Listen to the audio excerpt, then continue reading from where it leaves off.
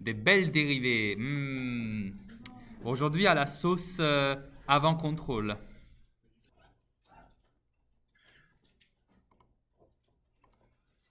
Essayons juste de les dériver. Ok. Alors la première, c'était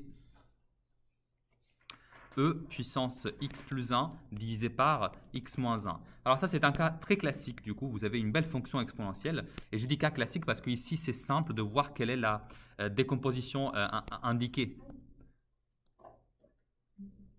J'ai remarqué. Ici, vous avez l'exponentielle de quelque chose de différent.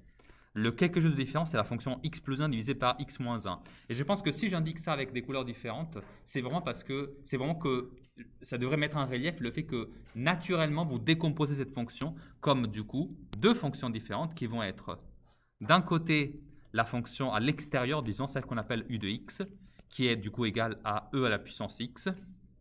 Et de l'autre côté, oui,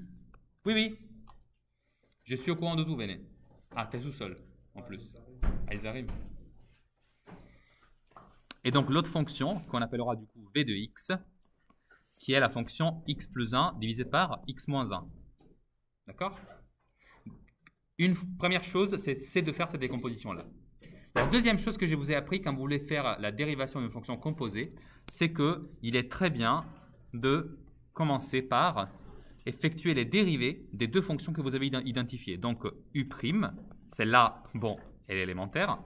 Mais la deuxième, elle n'est pas élémentaire du tout et elle demande un peu plus de travail. Parce que quand vous regardez la fonction v de x sur laquelle on va se concentrer, on va oublier pour un instant l'exponentielle. Celle-là, c'est une fonction qui est composée de donc une division de deux fonctions. Et ça nous ramène à utiliser une certaine formule qui est la formule suivante.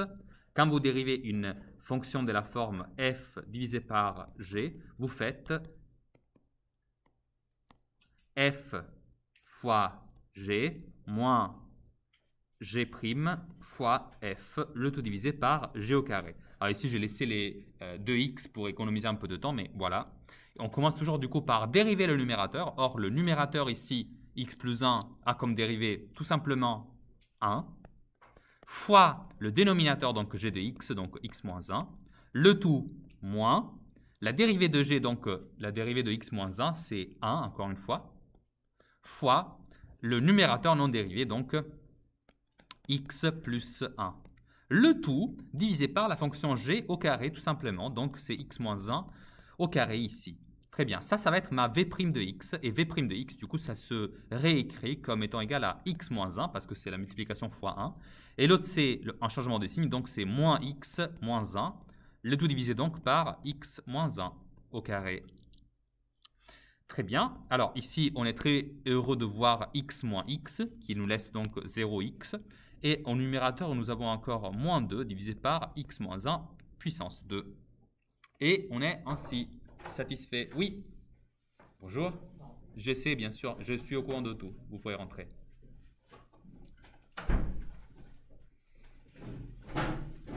Venez, installez-vous. Vous récupérerez les exercices dans la vidéo que je publierai demain, d'accord? Ici, on est en train de corriger, du coup, des exercices de dérivation de fonctions composées. Donc, maintenant que je suis au courant des quatre éléments dont j'ai besoin pour appliquer la formule de composition, qui sont donc celui-là, celui-là, celui-là et celui-là, je prends bien celui qui se trouve à la toute fin, je peux appliquer ma formule. Or, c'est quelle formule que je vais appliquer? Et bien, du coup, je mets la marque juste au-dessus. C'est la fameuse formule de dérivation d'une fonction composée. Autrement dit, u de v de x, le tout dérivé, c'est égal à la dérivée de u évaluée en v de x fois la dérivée de v.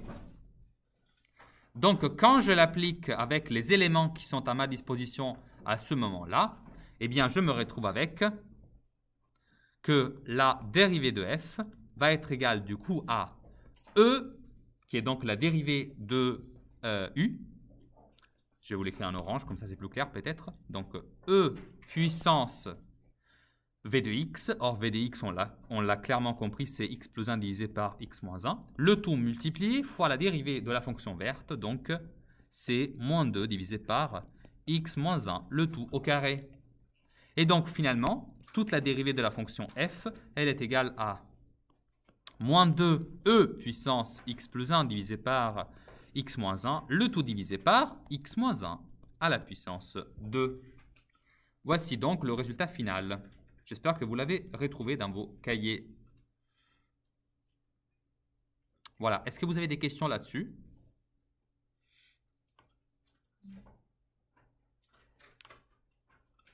Non? Ok. Pour ceux qui viennent d'arriver, un bon moment pour commencer à copier. Je commence la correction de la deuxième. Ok? Alors, la deuxième, c'était un peu plus simple. 1 divisé par... Alors, c'est 4, 4, moins 2, 5, 3. Alors, 1 divisé par 4, 4, moins 2, 5, puissance 3. Voilà. Désolé, c'est ma mnémotechnique pour me rappeler de l'écriture sans regarder deux fois. Ok? Ça devrait être correct comme ça. Vous me confirmez bien? Ok. Alors, ça c'est la fonction g. Encore une fois, je veux dériver cette belle bête. Il vaut mieux que je passe par l'identification des fonctions dont elle est composée. Donc, je vais me munir des couleurs et je vais me dire, ah, mais en fait, déjà, tout ça, je peux le réécrire comme, en fait, cette fonction-là à la puissance moins 3. C'est la même chose exacte. Mais j'ai intérêt à l'écrire comme ça parce que maintenant, cette fonction-là, elle est de la forme, du coup, quelque chose à la puissance moins 3. Et à l'intérieur, j'ai une autre fonction qui est 4x à la puissance 4 moins 2x à la puissance 5. Et celle-là, elle va être plus simple à étudier. Donc déjà, je me fais mon petit chez... Oui, Nadrada? On ne peut pas garder le 3. Le 3, hein? L'autre forme. Alors, tu peux, mais ça va te coûter un peu plus au niveau des calculs parce que tu vas être obligé d'appliquer cette formule-là. Je le fais comme ça et après, tu me dis si tu as retrouvé la même chose, ok? Alors, du coup, celle-ci, la fonction u, c'est u de x égale x puissance moins 3, dont je connais la dérivée. Il s'agit de u' de x égale à moins 3x à la puissance... Non, moins 4. Je vous rappelle que quand vous dérivez une puissance de x, vous faites descendre l'exposant, donc moins 3, il a descendu, et vous diminuez de 1 l'exposant, donc il passe de moins 3, moins 1, du coup ça devient moins 4. L'intérieur, donc la partie verte, c'est v de x égale à 4x puissance 4 moins 2x puissance 5, et quand je dérive cette expression, j'obtiens v' égale à 16x à la puissance 3, moins, alors 2 fois 5, 10, x à la puissance 4. Ok? Bon, maintenant je me suis muni de mes éléments, de mes briques pour composer la dérivation. Et je trouve du coup que la fonction g' de x, elle est obtenue en faisant la... Alors, c'est u', je vais vous l'écrire d'abord en symbole, u' de v de x fois v' de x. Et donc, ça fait... Alors, u', c'est moins 3, un truc à la puissance moins 4. Le 1 truc, c'est la fonction v. Or, la fonction v, c'est 4x à la puissance 4 moins 2x à la puissance 5.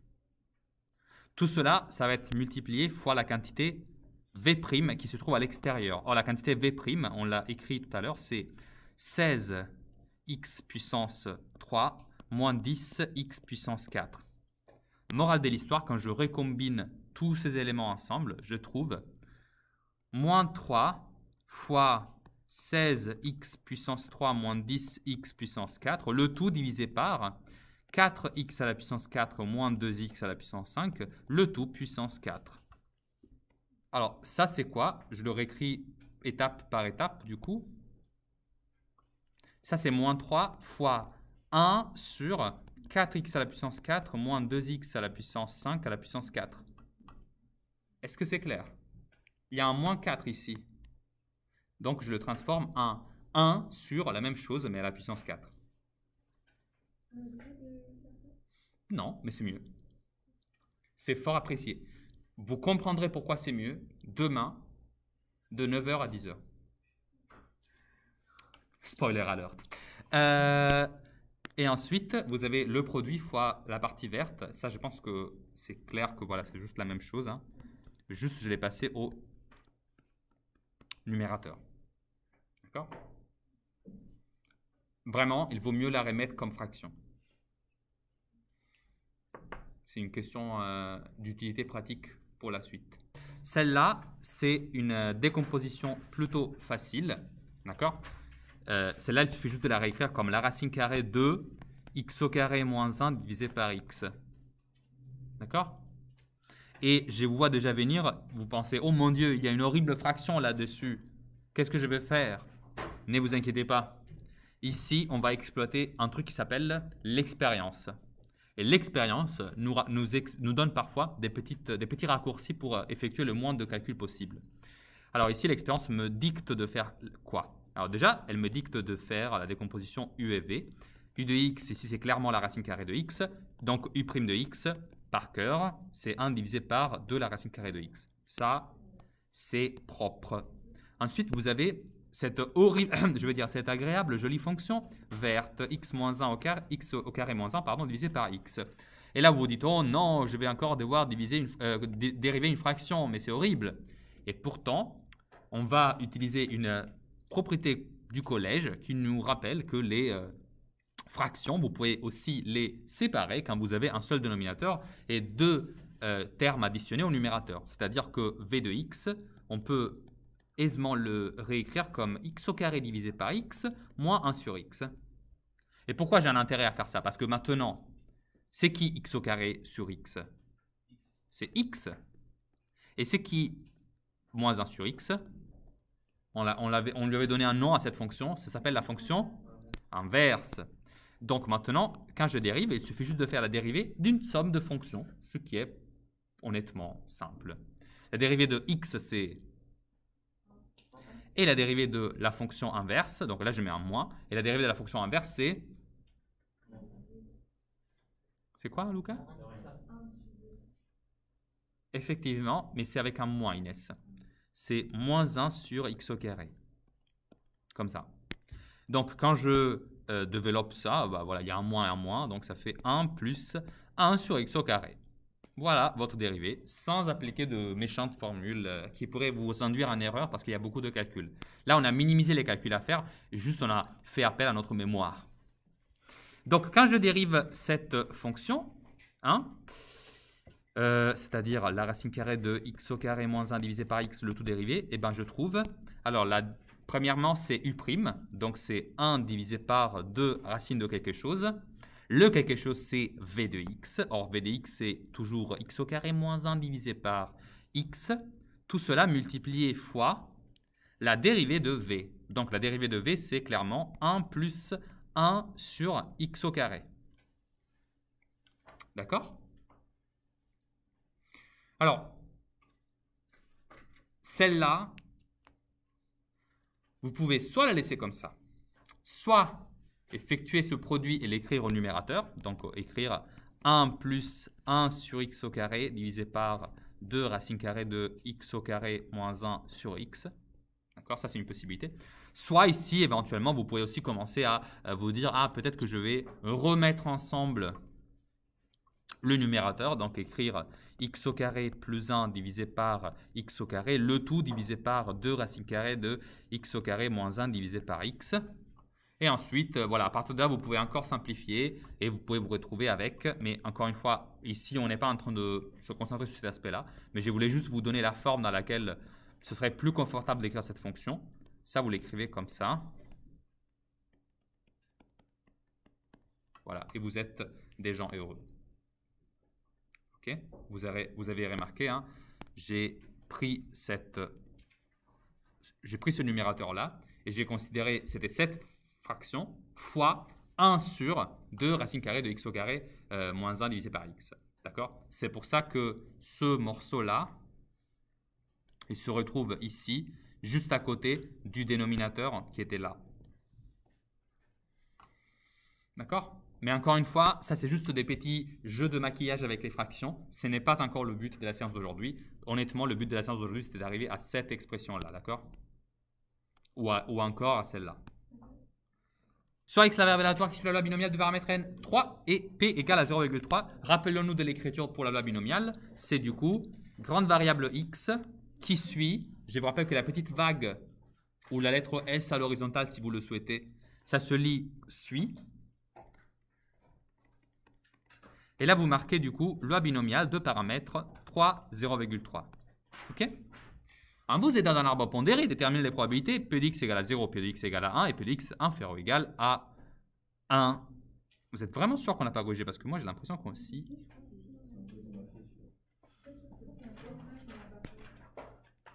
Celui-là, c'était justement l'arbre comme ça. Alors du coup, on l'a fait justement.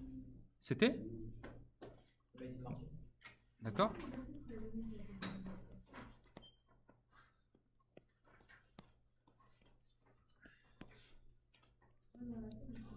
Voilà, justement.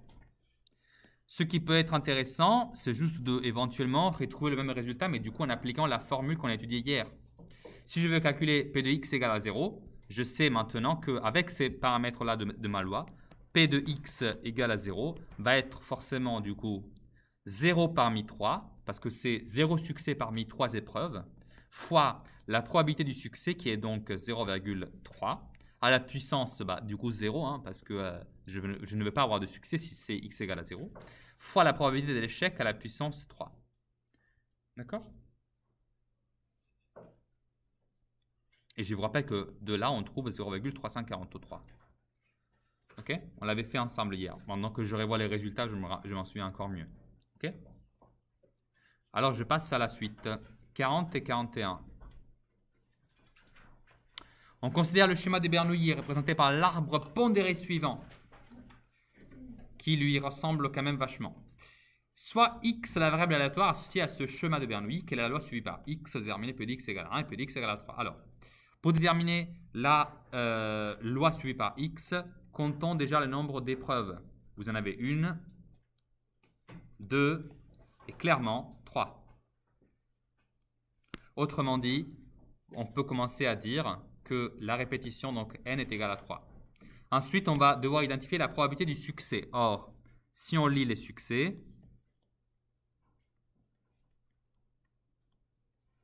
on peut très aisément remarquer que chaque branche qui mène à un succès a comme probabilité 0,3. D'accord? Donc le paramètre P, c'est 0,3. Autrement dit, on en déduit que comme c'est toujours la même probabilité, vous voyez bien, hein, ça ne change pas, ça veut dire que les événements, du coup, l'épreuve est toujours la même. D'accord? D'ailleurs, il nous dit que c'est un schéma de Bernoulli, donc on sait que les épreuves sont indépendantes. Et on sait également que chaque épreuve est la même répétée. D'accord? Sinon, ce ne serait pas un schéma de Bernoulli. Donc, on peut déduire facilement que x va suivre la loi binomiale de paramètres 3 et 0,3. Voilà. Déterminer P de x égale à 1 et P de x égale à 3. Alors, du coup, maintenant, sans se servir d'arbre d'aucune sorte, on va faire la probabilité que x soit égal à... C'était quoi déjà? P de x égale à 1. Donc, on va appliquer la formule et dire que c'est un succès parmi 3 fois 0,3 à la puissance 1 fois 0,7 à la puissance 2. Et ça, c'est un calcul qu'on peut faire même de tête. Ça fait 3 fois 0,3 qui donnera donc 0,9 fois 0,49.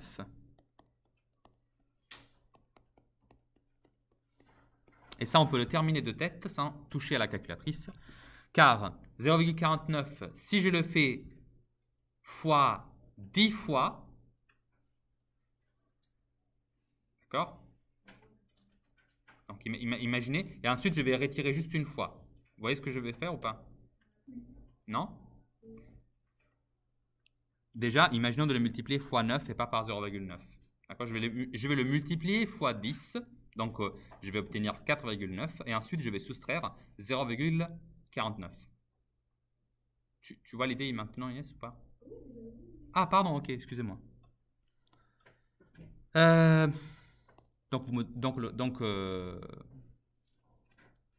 que l'on trouve assez aisément, du coup, ça va être finalement 0,441.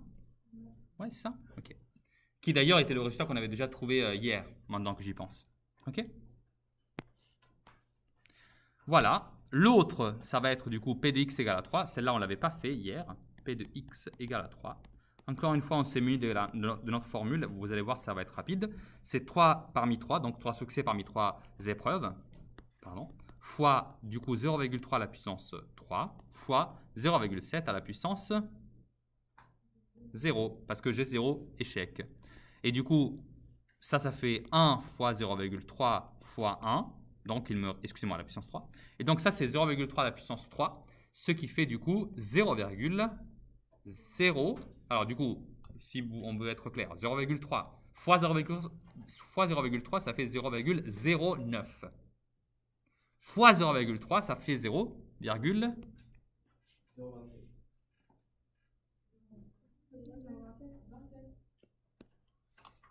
Ok. Ce qui est tout petit comme probabilité, vous l'aurez remarqué sûrement.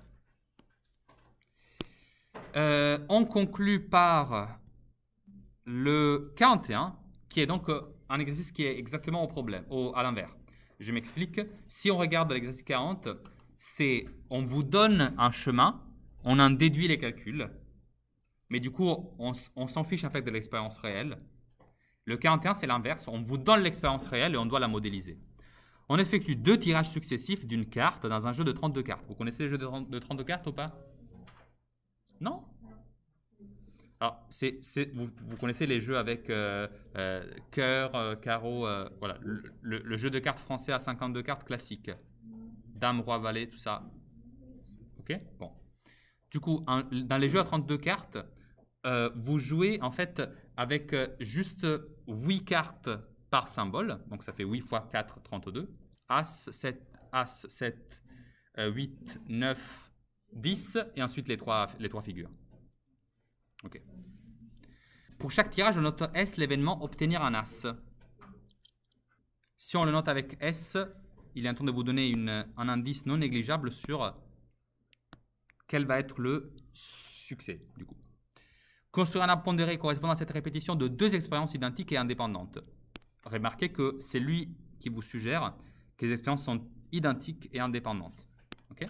Bon, ça va être simple, parce que c'est juste 2 répétitions.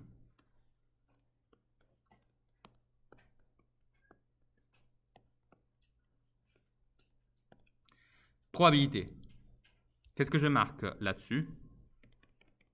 Quelle est la probabilité de tirer un As dans un jeu de 32 cartes? Oui, mais vous êtes... voilà, vous êtes mieux, voilà, vous valez mieux que ça et vous me dites du coup 1 sur 8. Ou éventuellement, vous pouvez aussi me dire 0, quoi? 1 sur 8 ou 0,125. Mais on va les faire en fraction parce que pourquoi pas.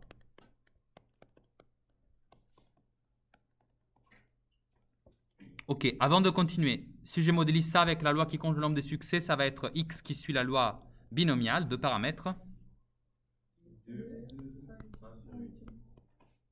Tout à fait. Et justement, la question d'après, c'est on appelle x qui compte le nombre de as obtenus. Super, on vient de le faire. Expliquer pourquoi x soit une loi binomiale et en préciser les paramètres. Alors, ce type de question est une question typiquement backable, donc une question qui peut arriver au bac. Quand il vous demande d'expliquer pourquoi x soit une loi binomiale, alors préciser les paramètres, on l'a déjà fait. Ça, c'est la partie simple. Mais l'explication, c'est juste de dire que x compte le nombre de succès d'une expérience composée de la répétition de 2 épreuves de Bernoulli identiques et indépendantes. Je vous fais remarquer qu'on utilise le même lexique que lui, il nous a suggéré. Hein.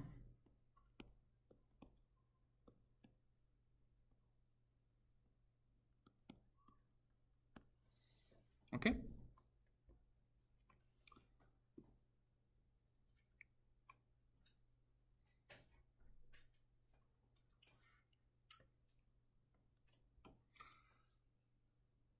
Alors ça déjà, ça suffit. Mais voilà, si vous voulez faire une phrase de conclusion, vous pouvez dire X suit donc la loi binomiale. Une autre façon plus rapide, ça aurait pu être de dire X compte le nombre de succès dans un schéma de Bernoulli. Point. D'accord? Mais voilà, comme on veut être précis et joli, on va plutôt écrire tout ça.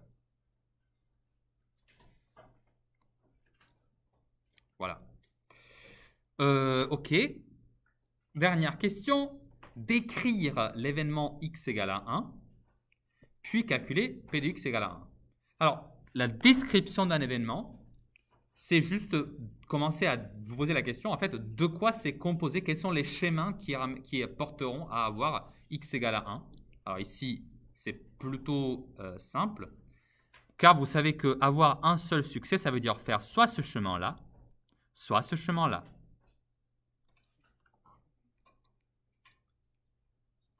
D'accord? Donc ce sont ces deux branches-là que je vais additionner. Autrement dit, quand je fais la probabilité que x soit égal à 1, je vais faire du coup 2 fois 1 sur 8 fois 7 sur 8. Ce que vous pouvez évidemment voir à la fois avec le schéma qu'on est en train d'interpréter pour obtenir cette probabilité, ou tout simplement avec la formule qui nous dirait que ça c'est un succès parmi deux épreuves, fois un succès, donc 1 huitième puissance 1, fois 7 huitièmes, donc la probabilité de l'échec à la puissance 1.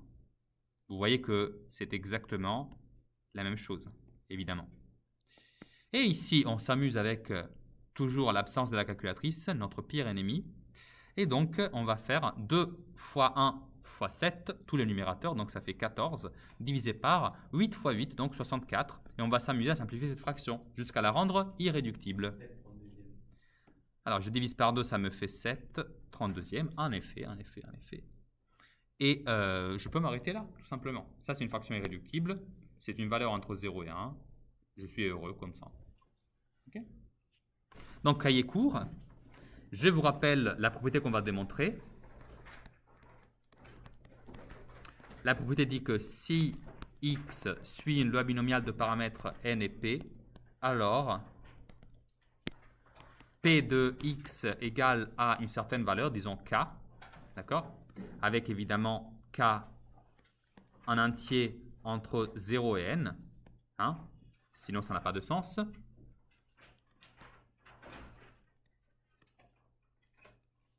Alors, cette probabilité-là se calcule par k parmi n fois probabilité du succès, donc p à la puissance nombre du succès, fois 1 moins p à la puissance nombre des échecs, donc n moins k. D'accord? Vous l'avez copié? Bon, vous l'aviez déjà copié. Là, moi, je me la réécrit pour moi, mais vous l'aviez déjà, d'accord? Normalement, après celle-là, vous avez juste de l'espace blanc. Ok, parfait. Quel truc?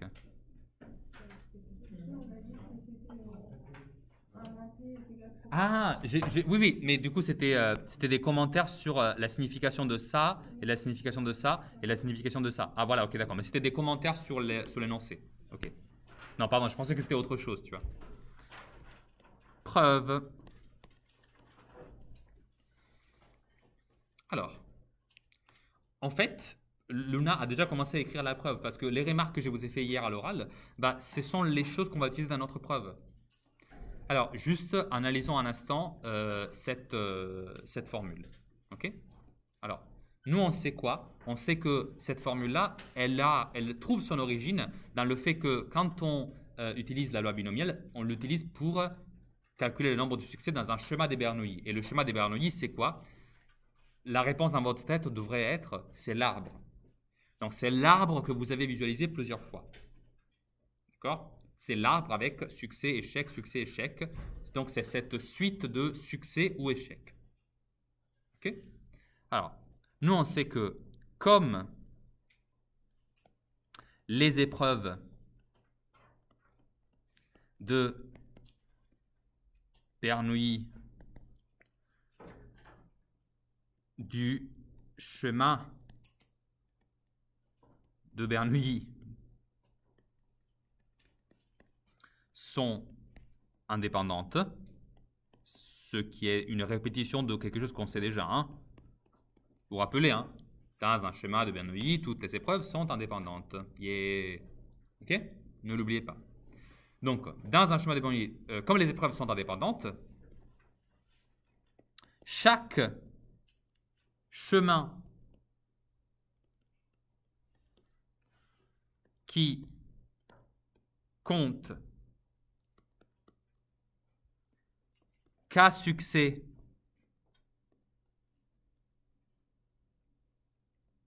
entre parenthèses et donc N moins K échec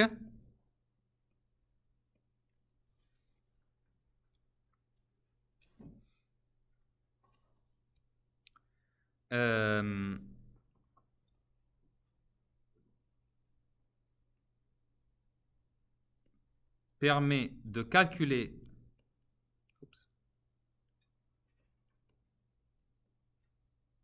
sa probabilité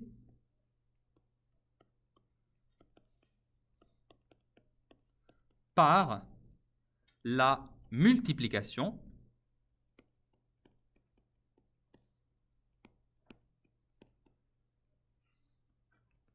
des poids des branches. D'accord? C'est ce qu'on a fait dans tous les exemples. On fait le produit des poids des branches. Je vous rappelle qu'on l'appelle arbre pondéré parce que les branches, donc les segments qui composent l'arbre, elles ont chacune une petite valeur numérique au-dessus ou en dessous. D'accord? Cette valeur numérique-là, c'est le poids. Pondéré, ça veut dire arbre avec poids. Donc, comme on l'a vu plusieurs fois, quand je fais la probabilité d'un chemin, en fait, je fais juste la multiplication de tous les poids des branches. Alors, comme je fais le produit de K succès et de N-K échec, pour chaque chemin de ce type,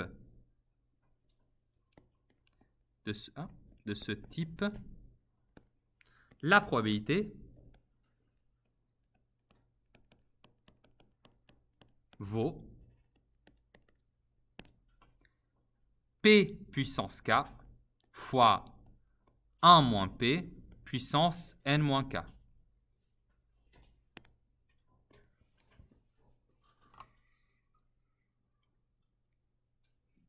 Ça,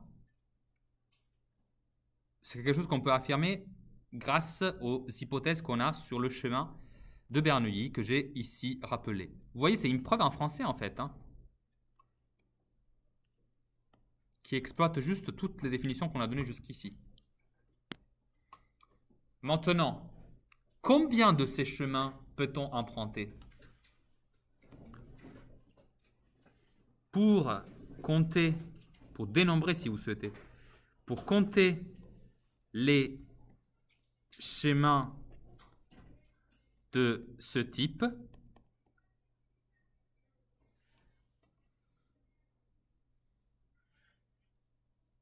j'utilise un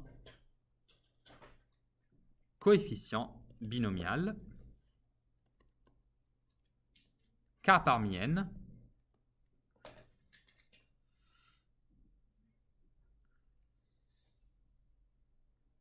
entre parenthèses. Vous savez ce que ça fait, mais je vous le rappelle, hein, qui compte le nombre de possibilités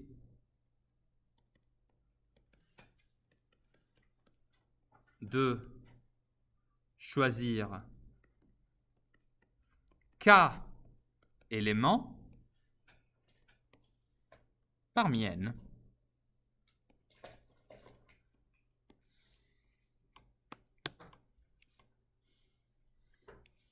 D'où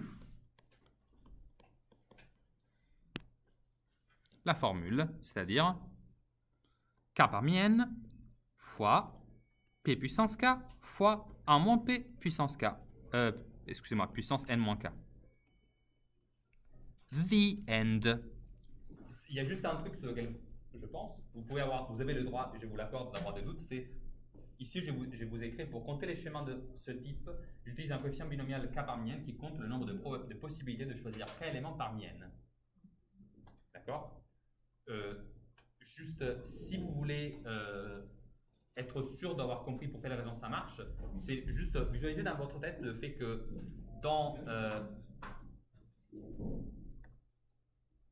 la modélisation qu'on a choisie, nous on a n épreuves.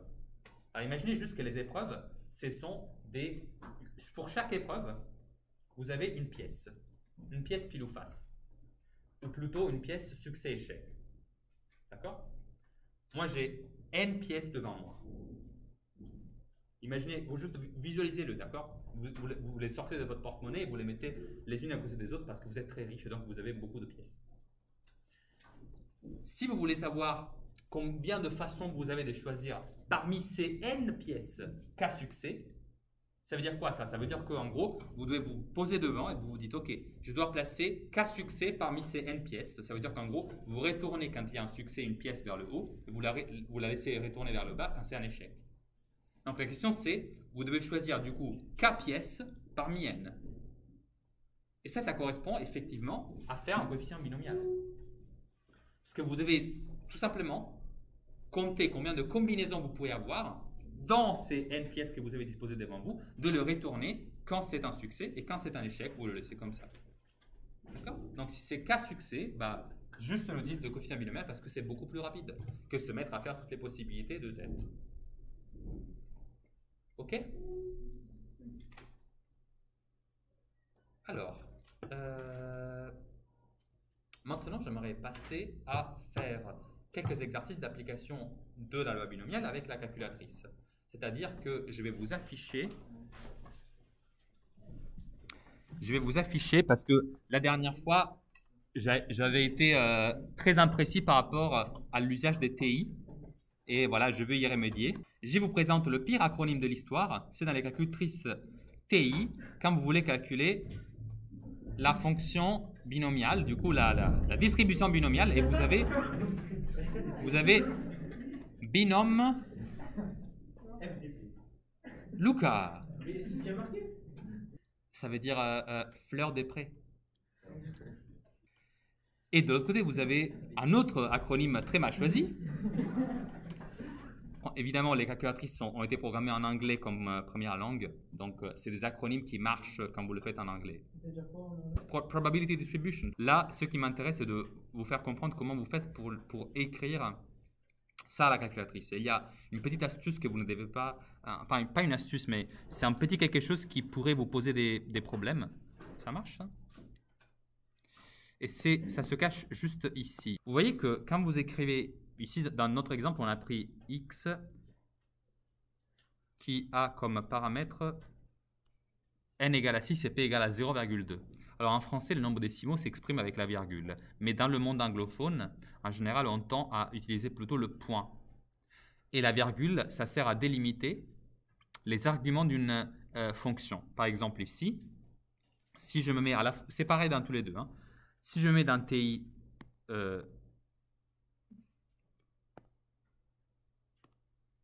juste là.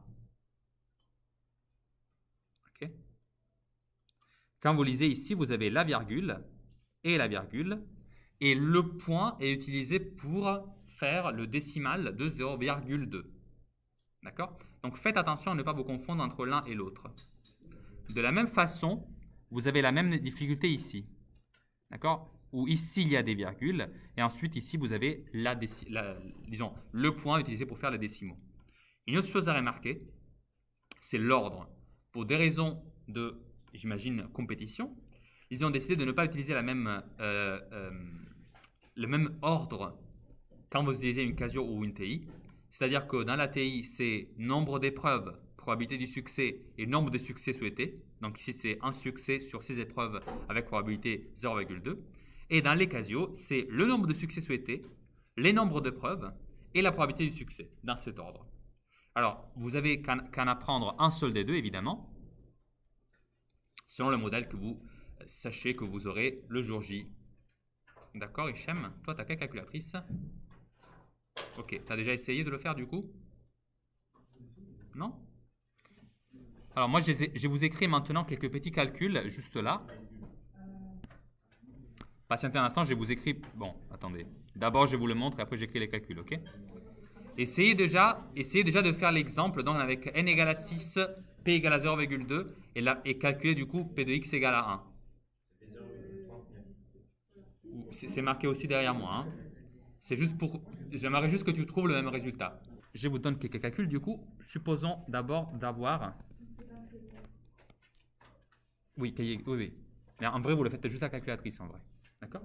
Donc on va dire que x suit la loi binomiale, deux paramètres, 12, 0,5. Et vous me calculez les probabilités suivantes.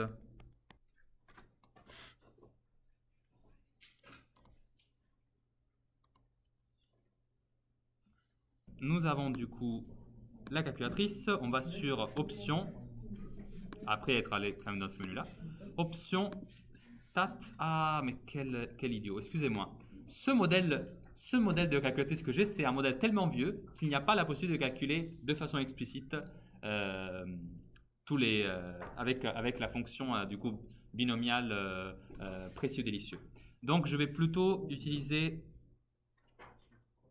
donc dans options, il fallait aller sur c'était probabilité et je vais faire du coup toute la procédé du coup classique pour appliquer la formule. Désolé, mais ça vous donnera le même résultat. Donc ça c'était 6 parmi 12 fois du coup la probabilité du succès qui est 0,5 à la puissance. Qu'est-ce que je mets ici? Je mets 6? Non, je mets 12. Parce que je vais faire 0,5 à la puissance 6 fois 0,5 à la puissance 6. Ici, la probabilité de l'échec ou du succès est la même. Malin. Et donc, je trouve la même chose que vous avez trouvé. D'accord? Oui, monsieur, après, comme vous n'avez pas la formule, vous allez devoir tout réécrire. C'est pas vrai. C'est pas faux. C'est pas faux. Mais pas dans cet exercice. Parce que dans cet exercice-là, tout va se calculer avec 0,5 à la puissance 12. Ça, c'est sûr. Donc là, je vais faire...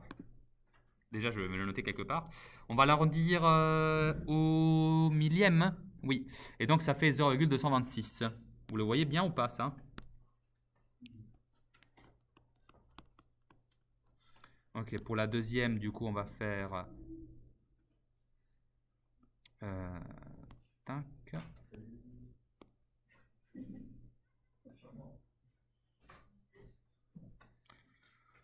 Ok. On va faire 3 parmi 12 fois 0,5 à la puissance 12. C'est du coup approximativement égal à 0,054. Et enfin, du coup, vous avez supérieur ou égal à 10. Et ça, vous pouvez la décomposer comme P de x égale à 10 plus P de x égale à 11 plus P de x égale à 12. Ok? Et ici, du coup, on effectue juste les trois calculs et on va les additionner entre eux. Donc, on fait... alors...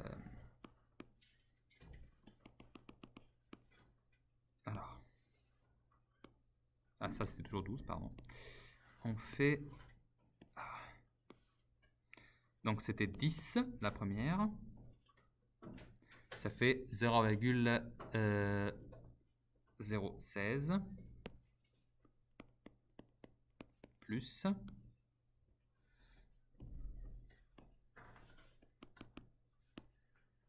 la même chose mais parmi 11. Donc ici on est à 0,003 en arrondissant toujours au millième. Et celle-là, ça sera encore plus petite malheureusement. Ça c'est juste en fait 0,5 puissance 12 parce que 12 parmi 12 ça fait une seule possibilité. Et donc là, clairement, ça c'est 0,000 et c'était 2,25. Donc ce serait quelque chose comme ça. D'accord? Donc on est vraiment sur quelque chose de super petit. Donc si on additionne ça, ça va nous faire à peu près 0,0 0,19 avec un petit 2 à la fin. D'accord? Approximativement, évidemment. Ok? Ok? Vous avez eu 3 en additionnant à la calculatrice? Non? Ok. Ok, comment ça se fait? Tu as fait différemment? Non, j'ai fait comme ça, j'ai eu 0,0729. Hmm. Là, c'est vraiment trop loin. Regarde si tu as bien tapé toutes les choses dans le bon ordre. Alors, je n'ai pas le temps de vous résoudre du coup les 3 probabilités ici, mais je vous fais au moins la dernière, parce que je vais vous expliquer l'astuce. Nous, on sait quoi ici? On sait qu'il y a 8 épreuves. Ok? S'il y a 8 épreuves, ça veut dire que quand je demande la probabilité que y soit supérieur ou égal à 1, ça veut dire que je veux la probabilité que y puisse être égal à 1, 2, 3, 4, 5, 6, 7 et 8. Ça fait beaucoup de calculs du coup. Et moi, je suis paresseux. Alors, je me rappelle que le fait de réussir à, du coup, ça veut dire quoi? C'est au moins une épreuve. Excusez-moi, de voir au moins un succès. D'accord? Donc, c'est de 1 succès jusqu'à 8 succès. Bah, ça, c'est la même chose que l'événement contraire. Pardon. Le fait que y soit supérieur ou égal à 1, c'est l'événement contraire à que y soit inférieur à 1. N'est-ce pas? Mais moi, je sais que, alors déjà, c'est qui l'événement contraire, du coup? Donc, ça, c'est tout simplement cette probabilité-là. D'accord? Évidemment, ça, c'est encore avec le contraire déçu. Donc, si je veux calculer la probabilité de l'événement contraire, je sais que ça, c'est toujours égal à 1 moins la probabilité de l'événement lui-même. Fameuse règle, je vous rappelle, probabilité de A contraire égale à 1 moins P de A. D'accord? C'est ça que j'exploite ici. Hein. Donc, Y inférieur à 1, il y a une seule possibilité, c'est Y égale à 0. Et donc, le contraire de Y égale à 0, du coup, c'est 1 moins probabilité de Y égale à 0. Donc, vous voyez, j'ai un calcul seulement une probabilité finalement. Si ça avait été Y supérieur à 1, c'est-à-dire on aurait dû faire 0 plus 1. 0 plus 1. Si ah oui, bien sûr. Si ça avait été ça, tout à fait, bah, du coup, ça c'est égal à la probabilité de cet événement-là contraire. Ok? Et donc, effectivement, oui, tu fais 1 moins probabilité de x égale à 0 moins probabilité de x égale à 1. Et excusez-moi, pourquoi j'écris x? Ici, on l'appelle y. Évidemment, ça ne change rien. C'est ça. D'accord? Tout à fait. En général, vous faites toujours celle qui est plus économe en termes de calcul. Et donc ici, on calcule juste... donc on était sur ça. Donc on était, je crois, à 8. Ça, c'est 0 parmi 8 fois... C'était combien? 0,1? Merci. Donc c'est 0,1 à la puissance 0. Ici, je l'ai écrit juste pour être complet, mais en vrai, vous n'avez même pas besoin de le mettre ici. Fois 0,9 à la puissance 8. C'est 8 échecs. D'accord?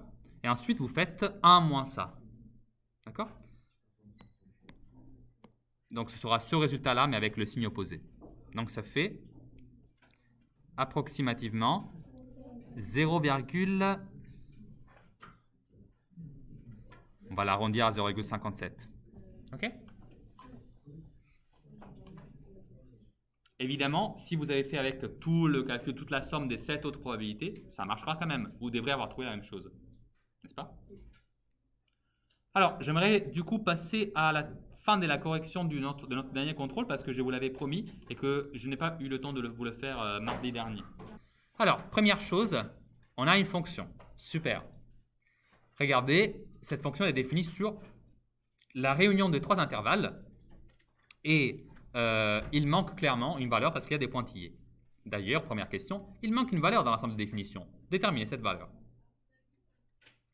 Alors, quelles sont les valeurs? Déjà, quelle est la valeur clairement problématique qui est déjà présente? Il y a ici un moins 5. Les autres, c'est moins l'infini et plus l'infini qui sont des valeurs qui apparaissent dans quasiment tous les ensembles de définition, donc on n'y prête pas trop attention honnêtement. Ce moins 5, il sort d'où? Clairement, la fonction, elle a un endroit qui est dangereux et cet endroit, c'est le dénominateur. Parce que c'est seulement au dénominateur qu'ils peuvent se cacher des quantités gênantes, des quantités qui peuvent rendre le dénominateur égal à 0. Et au dénominateur, il y a le produit de deux fonctions affines, c'est la fonction x-1 fois la fonction x plus 5. Or, moi, je dois m'assurer que ce dénominateur-là ne soit absolument pas égal à 0. Du coup, je vais chercher de résoudre quand est-ce que c'est égal à 0 et exclure les solutions que je trouverai. Alors, clairement, je remarque que ce produit il est égal à 0 si et seulement si soit x plus 5 est égal à 0, soit x moins 1 est égal à 0. Mais ça, c'est équivalent à dire que x doit être égal à moins 5, qui est exactement la valeur jaune que j'avais déjà assurée. Et celle-là, c'est équivalent à dire que x doit être égal à 1. Or, cette valeur-là n'apparaît pas. Donc, ça veut dire que je vais la rajouter. Et donc, je mets 1 et 1. The end. Deuxième question. La courbe représentative de f admet-elle des asymptotes? Si oui, en déterminez les équations en justifiant vos conclusions. On a fait pas mal d'exercices sur les asymptotes maintenant, là où je vous parle le 26 novembre. Je viens de le dire.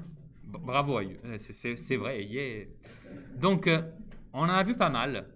Et si j'ai essayé de porter votre attention sur l'ensemble de définitions dans la première question, il y a peut-être une raison. C'est que, quand on a étudié les asymptotes, on a remarqué que les asymptotes, elles apparaissent toujours, s'il y en a, elles apparaissent toujours aux bornes du domaine de définition. C'est-à-dire, les bornes du domaine de définition, c'est juste les valeurs qui apparaissent dans l'ensemble des définitions aux extrêmes. Et là, il y a plusieurs valeurs. Moi, je vois un moins l'infini, il y a un moins 5, il y a un nouveau moins 5, ensuite il y a un 1 et il y a un plus l'infini. Donc, sans prendre la calculatrice du tout, commençons à analyser les limites de cette fonction pour ces 4 valeurs. On va commencer par les infinis parce que ça va être plus simple. Je vais faire limite pour x qui tend vers plus l'infini de x au cube divisé par x moins 1 fois x plus 5. Et je regarde cette expression. Déjà, est-ce que c'est une forme déterminée ou pas? Je lis très clairement, x à la puissance 3 s'étend vers plus l'infini, x moins 1 s'étend vers l'infini, x plus 5 s'étend vers l'infini. Ouch! C'est une forme déterminée, infini sur l'infini. J'essaie de me débrouiller pour la réécrire de façon plus lisible. Alors je me dis, ok, au numérateur, j'ai clairement toujours x au cube, mais au dénominateur, je peux effectuer ce produit et obtenir x fois x, ça fait x au carré, moins x, parce que c'est moins 1 fois x. Ensuite, j'ai moins 1 fois 5, ça fait moins 5. Et il me reste juste x fois 5, donc plus 5x.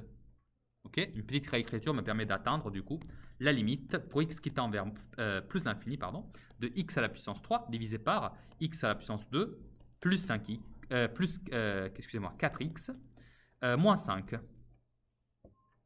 Bon, là, par contre, je peux dire quelque chose parce que je reconnais clairement c'est une fraction entre deux polynômes. En général, la technique qu'on a étudiée dans ce type de forme indéterminée, c'est de mettre un facteur commun, la puissance la plus élevée de x dans numérateur et dénominateur.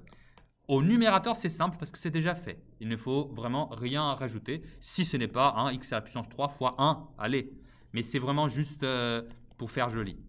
Par contre, en bas, je peux mettre un facteur commun x au carré et je trouve 1 plus 4 sur x moins 5 sur x au carré. Classique, encore une fois. Je peux donc simplifier x à la puissance 2 avec x à la puissance 3.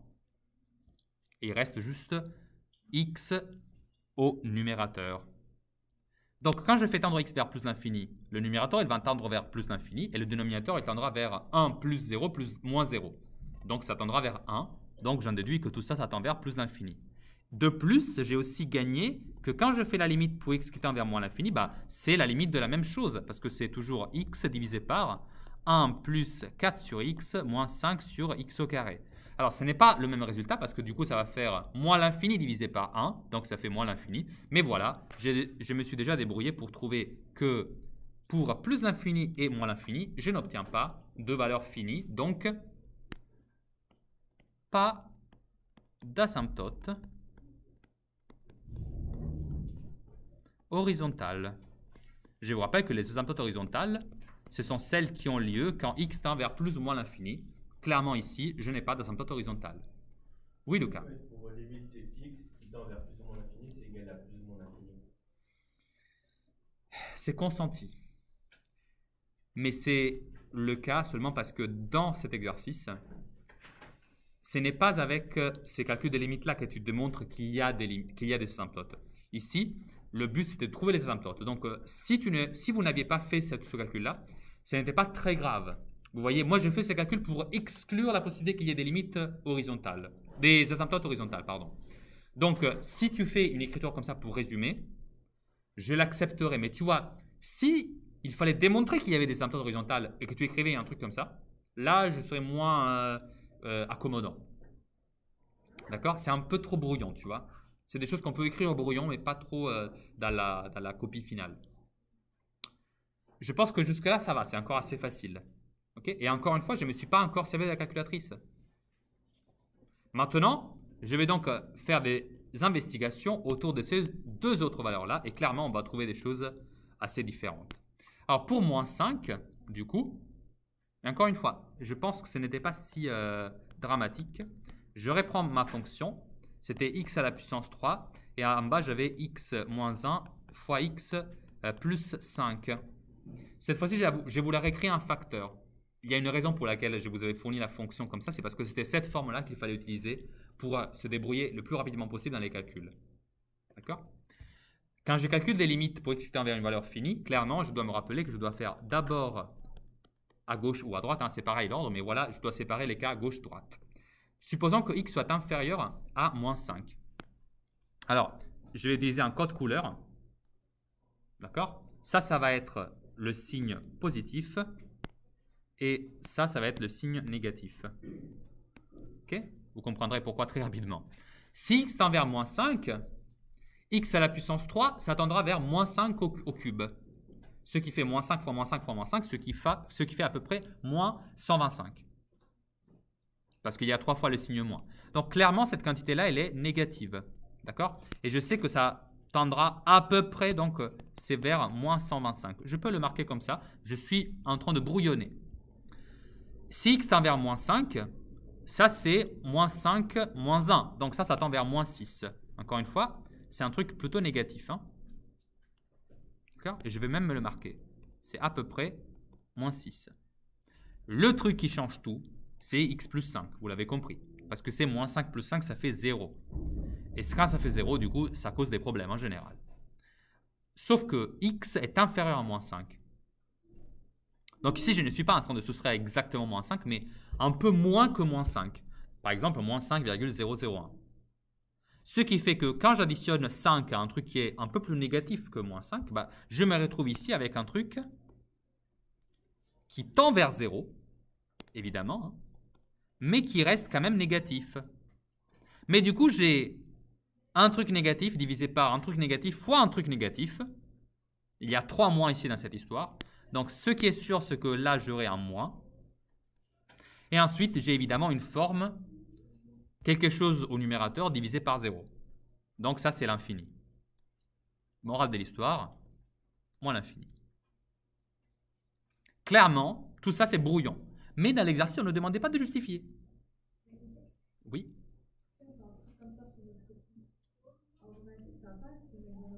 Alors, ça, dans votre copie, ça passe pas. Mais moi, dans la copie, je voulais juste ça. Attends, laisse-moi finir la phrase, sinon... Moi, c'est ça que je veux dans la copie.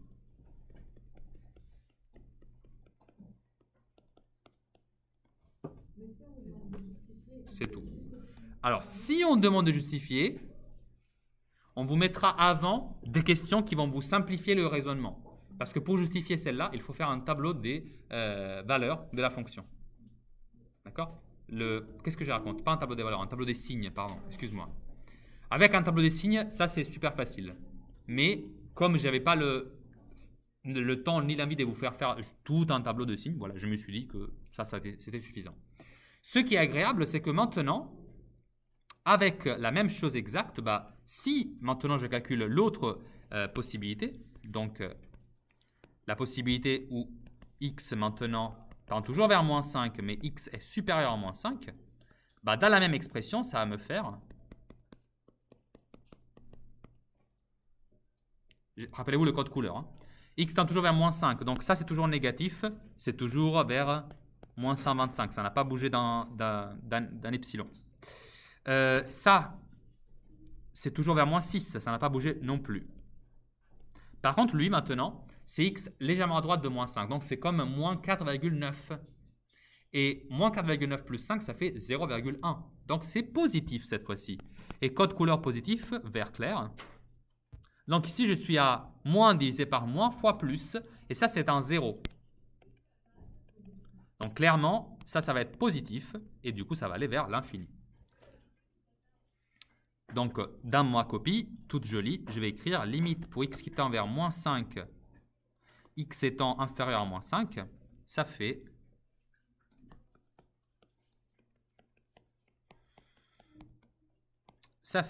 du coup, plus l'infini. De ces deux limites-là, on déduit que x égale à moins 5 est une asymptote verticale. D'accord? Ça, c'est tout ce qu'il faut pour le justifier. Et ensuite, évidemment, on va passer aux autres. Donc, c'est les limites pour x qui tend vers 1, x étant inférieur à 1. Et ensuite, on aura la limite pour x qui tend vers 1, x étant supérieur à 1. Vous savez, le secret, en fait, c'est de les faire en même temps. Parce que du coup, ça va rendre tout plus simple. Et d'ailleurs, cette limite-là était, je pense, encore plus simple que la précédente. Parce qu'au niveau de l'étude des signes, là, vous ne pouvez pas tomber sur un truc plus simple. En effet, vous avez, alors, clairement, au numérateur, vous avez toujours un truc qui tend vers 1 parce que c'est 1 au cube, donc ça c'est sûrement positif. Et je me note même la valeur 1 et la valeur 1. En bas, vous avez x plus 5 avec x qui tend vers 1. Avec x qui tend vers 1, ça fait 6. Hein. On est bien d'accord, j'espère. Et donc ça, on est sur du vert. Et de l'autre côté, vous avez la même chose. D'accord? Parce que là, vous voyez, ce n'est pas une valeur problématique ici. Donc, juste vous marquez, hein, ça va tendre vers 6. Voilà, je suis content. Ok, maintenant, la partie problématique. Si x tend vers 1, x moins 1, du coup, ça va tendre vers 0. Ça, c'est sûr. Donc, ça, c'est un truc que vous pouvez déjà marquer. C'est là la valeur problématique. Mais c'est un 0 plus ou un 0 moins? Un 0 positif ou un 0 négatif? Alors, x est légèrement plus petit que 1. Donc, par exemple, 0,9. Et 0,9 moins 1, ça vous fait un négatif. N'est-ce pas? Donc, ça, c'est vraiment un 0 négatif. Et quand vous regardez, du coup, le produit des signes, vous avez plus fois moins. Donc, ça fait moins l'infini. De l'autre côté, maintenant, quand on analyse la même chose, on a x supérieur à 1. Donc, c'est comme avoir c'est comme avoir 1,1. 1,1 moins 1, ça fait 0,1. Donc ici, vous avez toujours un 0, bien sûr, mais c'est un 0 plus. Donc là, vous avez plus, et donc vous terminez par 1 plus l'infini. Donc, la paresse l'importe.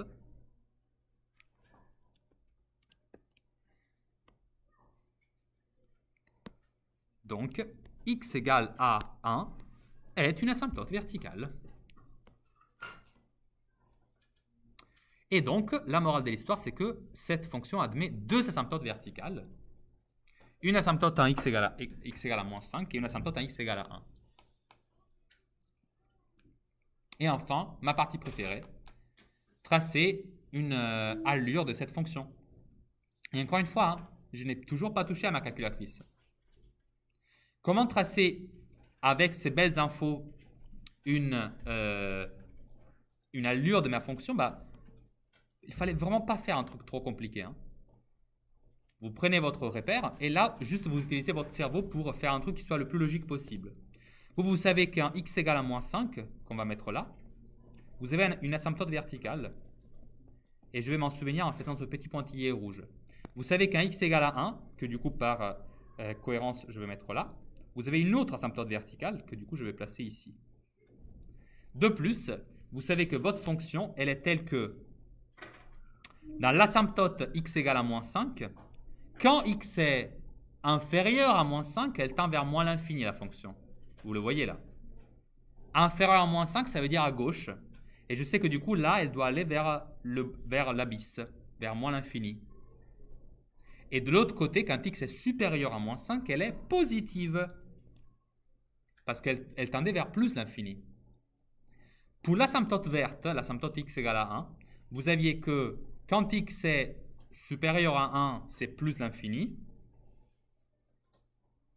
Et quand x est inférieur à 1, c'est moins l'infini.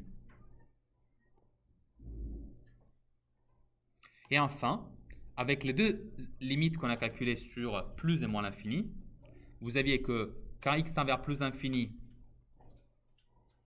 on a comme résultat, j'ai oublié, où est-ce que c'est? Ah, ici. C'est plus l'infini à plus l'infini et moins l'infini à moins l'infini, voilà. Alors, plus l'infini à plus l'infini, ça veut dire que du coup, elle va s'éloigner vers là-haut. Et moins l'infini à moins l'infini, ça veut dire que, bon, c'est un peu trop près de mes calculs, je vais juste... Hop. Je prends plus. Pardon, hein, je décale juste un peu. Donc, je vais juste me rappeler que quand ça tend vers moins l'infini, ça va faire ça. Et maintenant, juste, vous savez, joindre les deux bouts. Bah voilà, on fait ça.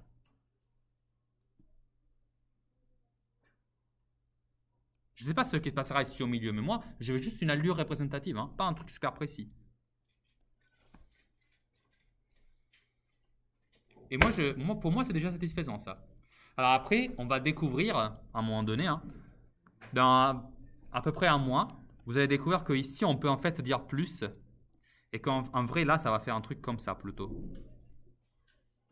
Mais de ça, pour le moment, on ne s'intéresse pas trop. Moi, ça m'était déjà suffisant de faire ça. Donc, encore une fois, vous avez remarqué, ici, j'ai fait exprès de ne pas me servir de la calculatrice. Pourquoi j'ai fait ça? Pour deux raisons. La première, c'est pour vous montrer que la calculatrice, elle est inférieure à notre cerveau. Et ça, c'est quelque chose sur lequel je tiens à préciser, d'accord? Je ne peux pas mettre les lunettes noires Tag Life, mais clairement, vous comprenez que votre cerveau mérite les lunettes noires bien plus que votre calculatrice. Ok?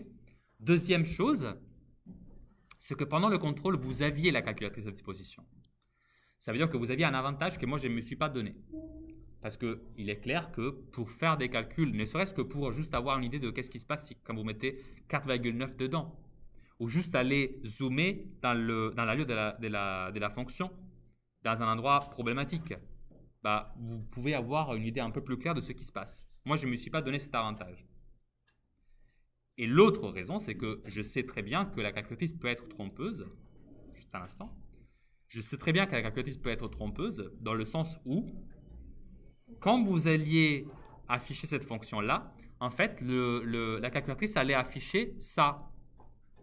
C'est-à-dire que toute la branche ici, celle-là, elle n'était pas visible, à moins que vous n'ayez pas la chercher.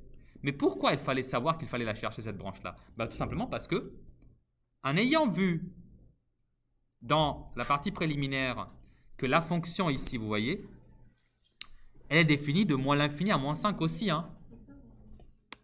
Donc, si juste quand vous l'affichez, vous voyez que tout ce qui se passe là, ça ne dépasse... Vous voyez, ici, on voit très clairement ce qui se passe entre, je ne sais pas, moins 7 et 7 peut-être. Non, vous voyez pas. Ici? Non, vous voyez pas l'asymptote, c'est moins 5 à 1. Cette asymptote-là, tu veux dire? Oui. Bah, si c'est serré comme ça, alors encore une fois, je crois qu'on avait discuté longuement le jour après le contrôle ou l'heure après. Il fallait vraiment zoomer pour aller le chercher. Quand les calculs sont très rapprochés comme ça entre les deux asymptotes, parfois les calculatrices bug, hein, et il faut aller vraiment zoomer pour trouver le tracé. Mais encore une fois, là, j'aimerais juste que vous reteigniez que la morale, c'est vraiment, faites confiance à votre calculatrice, mais moins qu'à votre cerveau.